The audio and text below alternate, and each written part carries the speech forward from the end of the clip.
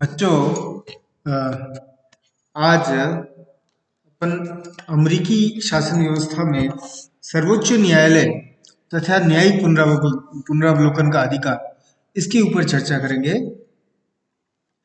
देखिए, अभी तक अपन ने अमेरिकी शासन व्यवस्था के अंतर्गत जो बातें की, उसमें लास्ट लेक्चर में मैंने आपको अमेरिकी न्याय व्यवस्था की संरचना, उसके संगठन के बारे में बताया था और विशेष रूप से ये बताया था कि किस प्रकार जो न्याय प्रणाली है, न्याय व्यवस्था है, वो उसका क्षेत्राधिकार क्या है और जो अपीलीय क्षेत्राधिकार है वो किस प्रकार एक्सक्लूसिवली सर्वोच्च न्यायालय के पास है। और जो दो प्रकार के न्यायालय हैं, वो व्यवस्थापक न्यायालय, विधायिका न्यायालय और संवैधानिक न्यायालय, उसके बारे में बताया था। और जिला न्यायालय और संघीय अपील न्यायालय की जो श्रेणी है, इसके बारे में बताया था। आज अपन सर्वोच्च न्यायालय की चर्चा करते हैं। देखिए, अमेरिका का सर्वोच्च न्यायालय ऐसा मानते हैं कि दुनिया का एक सबसे शक्तिशाली सर्वोच्च न्यायिक संस्था है, जिसके द्वारा ये व्यवस्थापिका और कार्यपालिका के ऊपर एक बहुत ही प्रभावशाली नियंत्रण भी है और न्यायिक व्याख्यान का एक सर्वोच्च माध्यम भी है। हम सभी जानते हैं कि अमेरिकी संविधान निर्माताओं ने मॉन्टेस्क्यू के जो शक्ति पृथक्करण का सिद्धांत था और तदनुसार नियंत्रण और संतुलन का सिद्धांत, उसको बहुत ही ट्रू स्पिरिट में अपनाया है। तो सर्वोच्च न्यायालय उस जो शक्ति पृथक्करण का सिद्धांत है, उसका एक प्रमुख आधार स्तंभ है और बाकी के जो अंगों की तानाशाही स्थापित न हो जाए, इसके लिए भी सर्वोच्च न्यायालय का एक बहुत ही अहम योगदान रहा है। सर्वोच्च न्यायालय, अमेरिकी सर्वोच्च न्यायालय की स्थापना 1789 में न्यायिक अधिनियम के आधार पर हुआ और पहले ये न्यूयॉर्क में था, स्थित था, और बाद में फिलाडेल्फिया में हुआ और वर्तमान में ये वॉशिंगटन में अवस्थित है। सर्वोच्च न्यायालय का जब गठन हुआ तो इसमें एक मुख्य न्यायाधीश और 5 न्यायाधीश थे और इसके संख्या में समय समय पर परिवर्तन किया जाता रहा है। 5 से संख्या 7 की गई, 9 की गई, 10 की गई, 18 और 1869 में सर्वोच्च न्यायालय के न्यायाधीशों की संख्या 9 निर्धारित कर दी गई है और अब ये संख्या 9 ही है, यानी वर्तमान में एक मुख्य न्यायाधीश और 8 अन्य न्यायाधीश सर्वोच्च न्यायालय में हैं, नियुक्त होते हैं।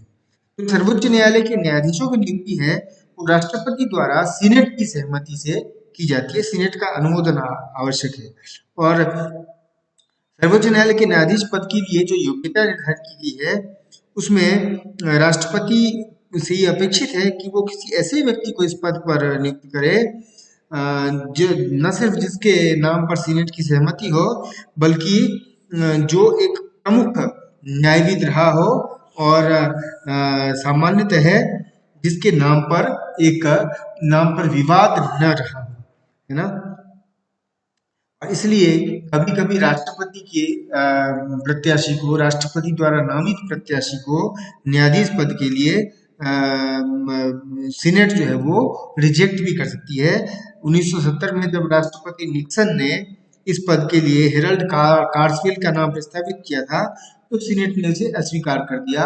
अभी अभी हम देखते हैं कि अमेरिकी चुनावों में ये बात प्रमुखता से उठी है। जो डोनाल्ड ट्रंप के विरोधी हैं वो ये कह रहे हैं कि डोनाल्ड ट्रंप को अभी न्यायाधीशों की नियुक्ति नहीं करनी चाहिए क्योंकि चुनाव है, और डोनाल्ड ट्रंप अभी इसलिए न्यायिक नियुक्तियां करना चाहते हैं न्यायाधीशों की, ताकि यदि चुनाव के बाद कोई विवाद हो, विवाद सर्वोच्च न्यायालय में जाए, तो वो उनका पक्ष मजबूत हो।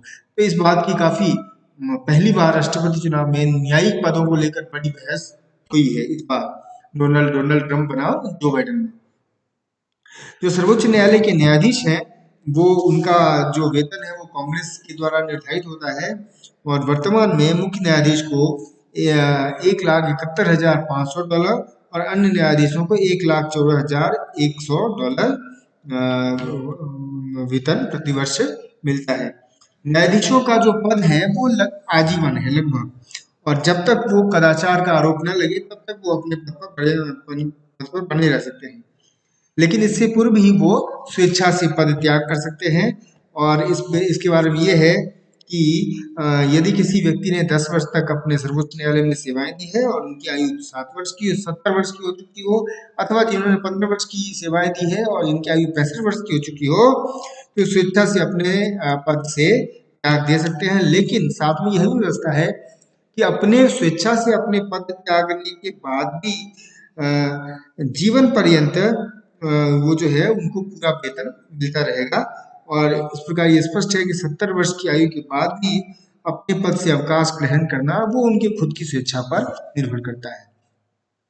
एक तरीका और है उनके सर्वोच्च न्यायालय के पदों को के रिक्त होने का, वो है महाभियोग के द्वारा हटाया जाना। यानी स्वेच्छा से त्याग सकते हैं, लेकिन सर्वोच्च न्यायालय में न्यायाधीश को जो हटाने की प्रक्रिया है वो सिर्फ और सिर्फ महाभियोग का है। और महाभियोग का जो प्रस्ताव है वो प्रतिनिधि सभा में किया जाता है और वहाँ 2/3 बहुमत से पारित होने के बाद सीनेट उसकी जांच करती है, और सीनेट में भी यदि 2/3 से ये महाभियोग का प्रस्ताव पारित हो जाए तो महाभियोग का प्रस्ताव पारित हुआ मान लिया जाता है और संबंधित न्यायाधीश को पद त्यागना होता है। और अब तक जो है कुल मिलाकर अमेरिकी इतिहास में संघीय न्यायपालिका के 9 न्यायाधीशों के विरुद्ध महाभियोग का प्रस्ताव रखा गया है और केवल 4 के विरुद्ध ही ये प्रस्ताव पारित हो सका है। और इस प्रकार ये जो महाभियोग की प्रक्रिया है वो प्रायः इतने साल 2 साल में 4 बार हुआ, तो ये अपवाद स्वरूप ही है और ये एक रूटीन रेगुलर की घटना नहीं है। सर्वोच्च न्यायालय का अधिवेशन प्रतिवर्ष अक्टूबर में शुरू होता है और अगले वर्ष जून तक चलता है। और विशेष आवश्यकता पड़ने पर मुख्य न्यायाधीश विशेष अधिवेशन ही बुला सकते हैं। जो मुख्य न्यायाधीश है वही सर्वोच्च न्यायालय का मुख्य कार्यकारी अधिकारी होता है और वो अपने अधिवेशन की अध्यक्षता भी करता है और उसे अन्य न्यायाधीशों की अपेक्षा लेकिन अधिकार प्राप्त नहीं है ना। अभियोग, किसी भी अभियोग की सुनवाई के लिए न्यायाधीशों के लिए जो कोरम निर्धारित है वो 9 में से 6 होने चाहिए, है ना। और अभियोग का निर्णय किसी भी मामले में निर्णय जो है वो बहुमत से ही होता है। खैर प्रक्रिया तो ये भी है कि मुख्य न्यायाधीश विचार अपने सबसे पहले रखता है लेकिन अपना मत सबसे अंत में देता है। ठीक है, अब क्षेत्राधिकार की बात करें तो सर्वोच्च न्यायालय का क्षेत्राधिकार क्या है। तो सर्वोच्च न्यायालय के क्षेत्राधिकार जो है वो मुख्य रूप से 2 हैं और वो है, एक है जो है वो है प्रारंभिक क्षेत्राधिकार ओरिजिनल जुरिसडिक्शन और दूसरा है अपीलीय क्षेत्राधिकार। जो ओरिजिनल जुरिसडिक्शन है वो बेसिकली प्रारंभिक क्षेत्राधिकार जो है वो बेसिकली संविधान और संघीय व्यवस्था के विवादों से जुड़ा हुआ है। संविधान की व्याख्या और संघीय व्यवस्था के संघीय विवादों से जुड़ा हुआ है।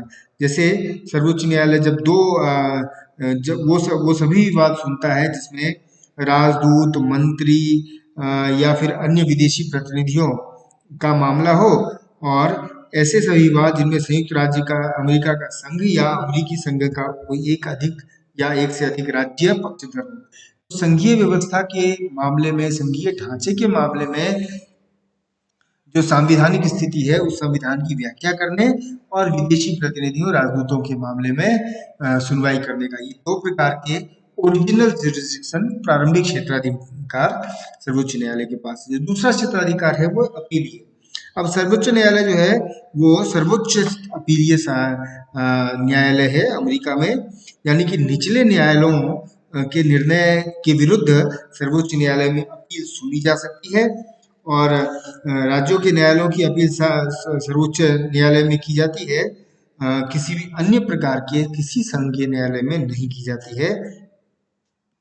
संविधान सर्वोच्च न्यायालय को कानूनों तथा तथ्यों के बारे में क्षेत्राधिकार प्रदान करता है, लेकिन इसको रेगुलेट करने का, इसको जो नियमित करने का अधिकार अंततः है कांग्रेस को है ना। और कांग्रेस ने समय समय पर इसके बारे में अपने नियम भी पारित किए हैं। 1925 में कांग्रेस ने जो है वो सर्वोच्च न्यायालय के इस अपीलीय क्षेत्राधिकार के बिंदुओं को तय कर दिया है। क्या क्या ये है। अब इसके बारे में एक और चीज स्पष्ट होनी चाहिए अपने को कि भारत के जैसा वहां पर अमेरिका में सर्वोच्च न्यायालय को परामर्श देने का कोई अधिकार नहीं है और परामर्श दात्री संस्था के रूप में सर्वोच्च न्यायालय की भूमिका नहीं है। ठीक है, ये हो गया सर्वोच्च न्यायालय के क्षेत्राधिकार। अब अपन जो अगले व्याख्यान में एक बार अपन जो चर्चा करेंगे वो कुल मिलाकर न्यायिक पुनरावलोकन, क्योंकि न्यायिक पुनरावलोकन जो है वो एक अलग प्रश्न के रूप में भी आता है, इसलिए क्योंकि न्यायिक पुनरावलोकन का उद्गम स्थल और जो पूरी प्रक्रिया रही है न्यायिक पुनरावलोकन के विस्तार की, वो अमेरिका से ही प्रारंभ हुई। किस प्रकार 1803 के मेडिसन बनाम मार्बरी बनाम मेडिसन मुकदमे से, तो उस पूरे सर्वोच्च न्यायालय और जो न्यायिक पुनरावलोकन का अधिकार है, न्यायिक पुनरावलोकन की भूमिका है और कहाँ तक ये है उसने अमेरिकी शासन व्यवस्था को प्रभावित किया है, इसके बारे में अपन अलग से देखेंगे, क्योंकि ये अलग से प्रश्न के रूप में भी आ सकता है। इसकी आलोचना भी होती रही है, हालांकि कई लोग इसको बहुत सही मानते हैं शक्ति पृथक्करण सिद्धांत के अनुसार, लेकिन इसकी बहुत आलोचना भी हुई है कि किस प्रकार शासन व्यवस्था में कई बार ये अवरोध भी उत्पन्न कर सकता है। तो न्यायिक पुनरावलोकन का अधिकार अपन अगले व्याख्यान में देखेंगे।